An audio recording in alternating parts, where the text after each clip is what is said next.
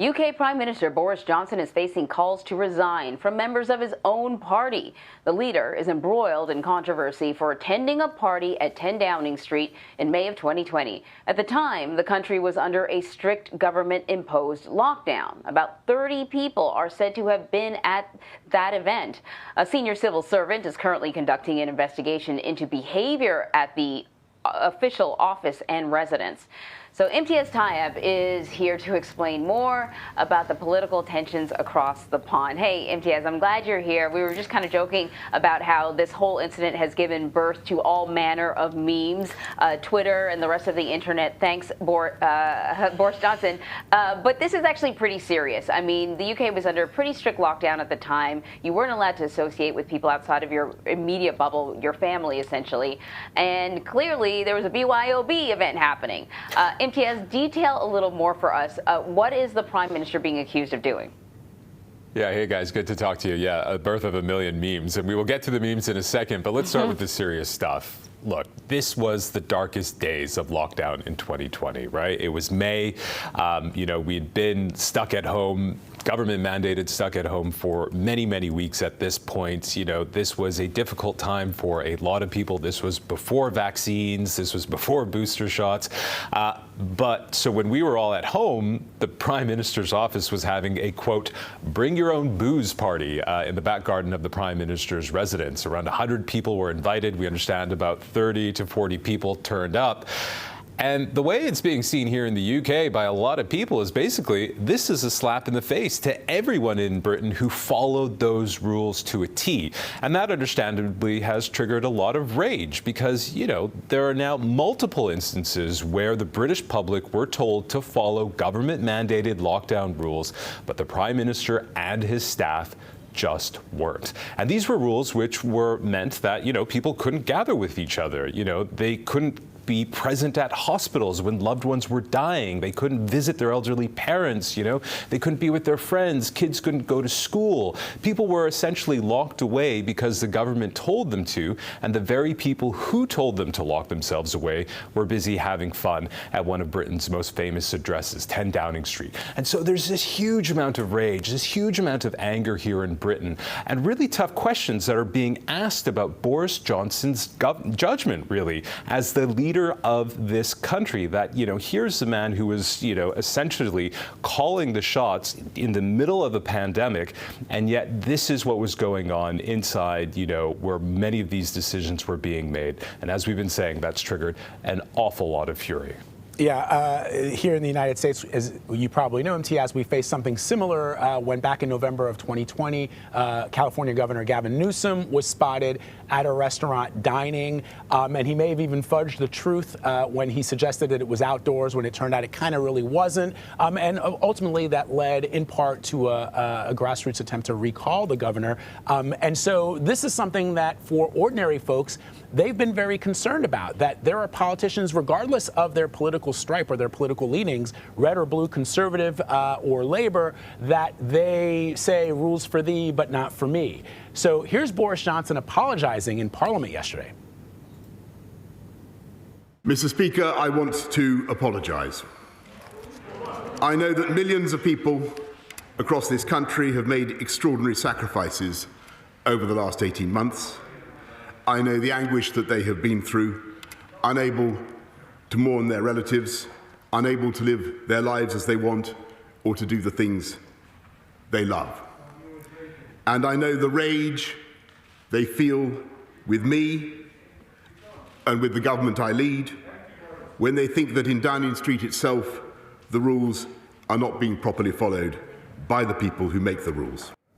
So, Imtiaz, I got to tell you, I expected to hear more of that famous jeering that you do hear generally when the PM is speaking in front of Parliament. Didn't hear too much maybe in that clip, but how are his comments being received by the British people?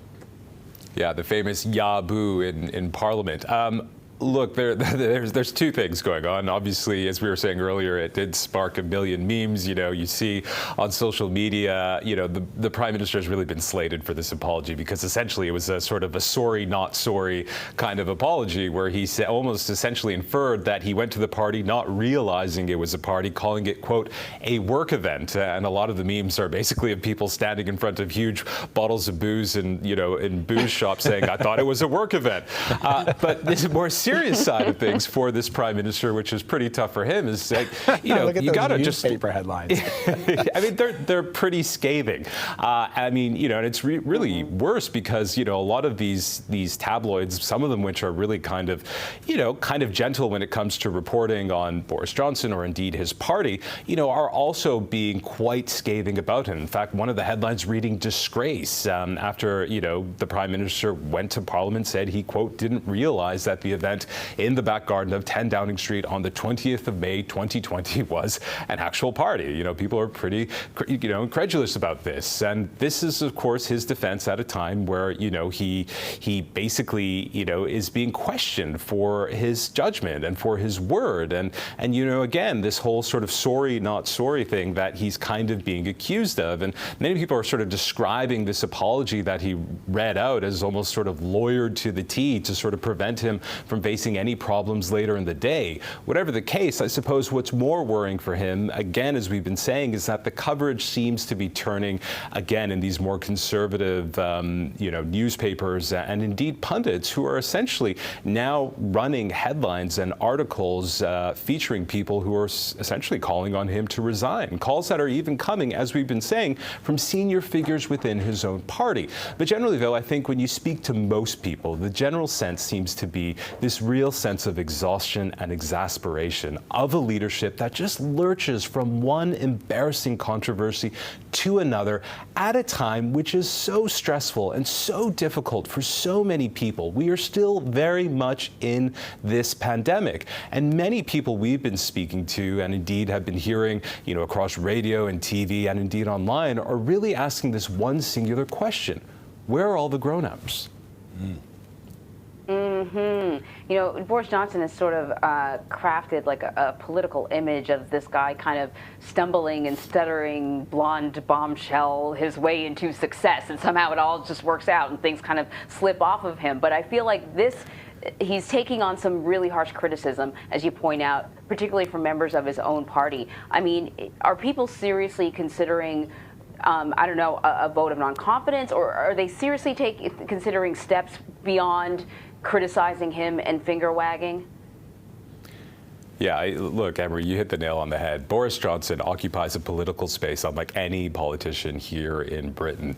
You know, whatever one sort of thinks about sort of the decisions that he makes, you know, he has this kind of weird charisma, for lack of a better phrase. You know, he has the messy blonde hair and he kind of says these kind of outrageous things, and people just genuinely seem to like him. And that's really kind of helped him for his many, many years. Remember, he was the London mayor for many years. He's been a member of Parliament. He was a journalist. He was a columnist. You know, he's been part of the fabric of Britain for so long. And again, perhaps more crucially, what sort of led him to the Prime Minister's chair is that, you know, he really led the Brexit campaign. And so, you know, if he were to resign, it would be a pretty dramatic end to how what we could very clearly describe as his colorful 2.5-year premiership. But, you know, the people really sort of launching the attacks against him right now is unsurprisingly the Labour Party, the opposition. And, you know, the Labour leader, Keir Starmer, who himself is often criticized from within his own ranks for not being publicly critical enough of Johnson and his leadership, you know, he really came out swinging yesterday in Parliament, basically saying that the British public could see the Prime Minister had been, quote, lying through his teeth about these parties at Downing Street during the pandemic and when the country was in full lockdown, and also went on to say that Johnson's apology was, quote, worthless. And, you know, if polling is anything to go by, Johnson's numbers are not looking good at all. For the first time since 2013, a new public opinion poll shows that the opposition Labour Party has a 10-point lead against Johnson's Conservative Party. And this is a party, you have to remember, that scored a historic majority in the last election just 2.5 years ago. All of which is to say that there really are chills just running down the spines of his party and senior members within this party. A party that is now bracing for an independent inquiry into these alleged parties at Downing Street to determine just how, quote, improper they were, but perhaps more importantly, if anything illegal took place. Remember, this was during lockdown, government-mandated lockdown. And so that apology that we had from Boris Johnson, which was worded, some would argue, fairly peculiarly, where he said he didn't realize he was at a party, even though it was a party, that he called to work for that. And the reason for that is there is a potential sort of legal implication here. Now, whatever does happen, he's under an awful lot of pressure, a pressure this Prime Minister has not been under like this, with this kind of intensity, really throughout his premiership, even though he's had multiple scandals leading up to now. It is remarkable, Imtiaz and Anne-Marie, that our political leaders have suggested that the fight to end the pandemic is akin to fighting a war, right? We are fighting a war against this horrible disease.